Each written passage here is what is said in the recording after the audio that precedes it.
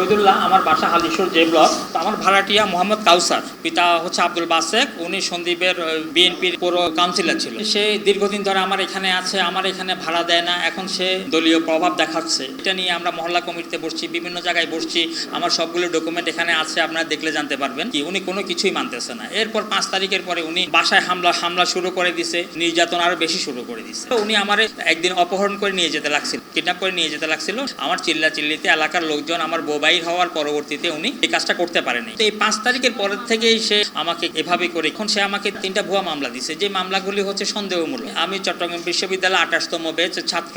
আমার এই 53 বছরের জীবনে কোনো মামলা, কোনো জেল জরিমানার কোনো ইতিহাস আমার নাই। এই যে মিথ্যা মামলাগুলো দিছে, কোনো মামলার এজাহারে আমার নাম নাই, সবগুলো হচ্ছে সন্দেহমূলক। এর মধ্যে একটা মামলা কিন্তু আদালতে খারিজ করে দিছে। তার পরবর্তীতে ধরেন আমি বিভিন্ন মামলা টামলা, এগুলো ভুয়া মামলা টামলা খাওয়ার পর আমি আমার জন্য বাসাও নিরাপদ না। আমি বাসায় মাঝে মধ্যে আসি। গত 10/4/26 তারিখে যে ঘটনাটা ঘটছে রাতে 8টা 16 মিনিটে বোধহয়, তখন তো আমি এলাকাতে নেই, আমি তখন মিরাশরাইতে ছিলাম। আমার বাসাতে 60 সিসিটিভি ক্যামেরা আছে।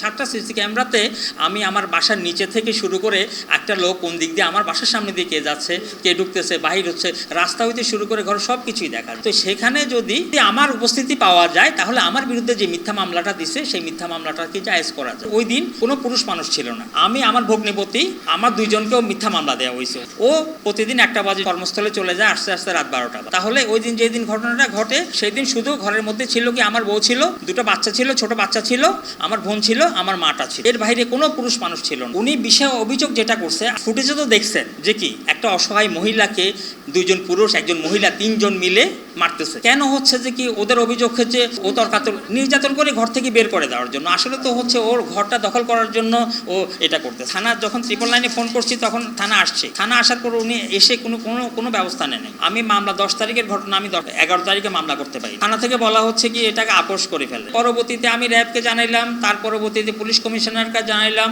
তারপর ডিজিএফআই কে জানালাম। ওনারা হস্তক্ষেপ করাতে 3 দিন পর মামলা নিছে। হ্যাঁ, এর পরবর্তীতে আরেকটা জিনিস কি, আমার মামলা তো নিছে, আমার মামলার আগে দিয়ে আমার মামলা সিরিয়াল হচ্ছে 11 নম্বর মামলাটা হচ্ছে আমার, 10 নম্বর মামলাটা নিছে তার। যেই মামলাটা পুরোটাই মিথ্যা মামলা। আমি যেটা চাচ্ছি যে সেটা আমি ন্যায় বিচার। প্রথম কথা হচ্ছে আমার বইয়ের উপর যে হামলাটা হয়েছে এটার বিচার চাই।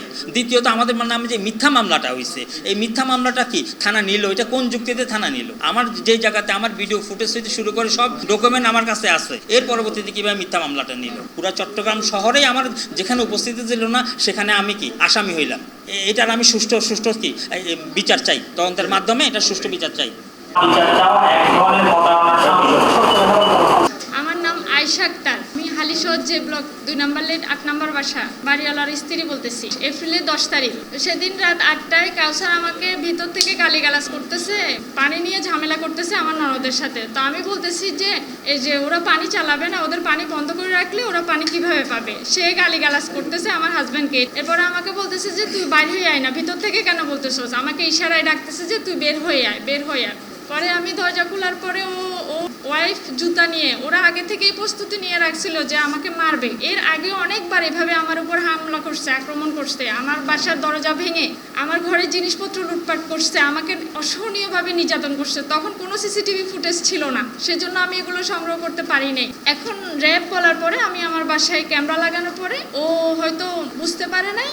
এই যে সেদিন আমাকে বাইরে থেকে ডাকার পরে ও আমার গলা ধরে, ওর বউ জুতা দিয়ে মারতেছে, ও আমার গলা ধরে আমাকে ভিতরে ঢুকাইতে চাইছে, মানে ভিতরে ঢুকাই ও মেরে ফেলবে। ওর উদ্দেশ্য ছিল যে এটাই। ওর শালা, ওর ওয়াইফ এবং ও এখানে সবসময় একটা ফার্মেসি আছে, এই যে ওখানে সবসময় সন্ত্রাসীগুলা আমার জন্য দাঁড়া করে রাখে। আমি যেখানেই যাই না কেন ও সবসময় আমার পিছনে সন্ত্রাসী লাগায় রাখে, যারা টাকার বিনিময়ে কাজ করে। ওর দলের প্রভাব খাটিয়ে, দলের ক্ষমতা দেখিয়ে সবসময় বলে যে কি আমাদেরকে ঘর থেকে বের করে দিবে। ও বাসার ভিতরে সবসময় নেশাখোর, ওই যে সন্দ্বীপের যত সন্ত্রাসী আছে এদেরকে আমার বাসায় নিয়ে আসে। ক্যামেরা লাগানোর পরেও কাউসার অর্ধেক নিয়ে আসা কমাই দিছে, যেগুলো সন্ত্রাসী সন্দ্বীপের খারাপ কাজ করে।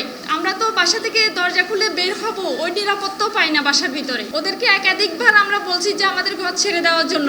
আমরা উকিল নোটিশ পাঠাইছি, বাকি সবকিছুই বলছি যে কি আমাদের ঘর ছেড়ে দেওয়ার জন্য, কিন্তু ওরা ওদের প্রভাব খাটিয়ে সন্ত্রাসীগুলা যে লাগাই রাখছে, সেজন্য আমরা কি ওদের বিরুদ্ধে কিছুই করতে পারতেছি না। আমরা দেশবাসীর কাছে সাহায্য চাই যে কি এই সন্ত্রাসীদের থেকে আমাদেরকে যেন মুক্তি দেয়, ও যেন আমার বাসা ছেড়ে চলে যায়।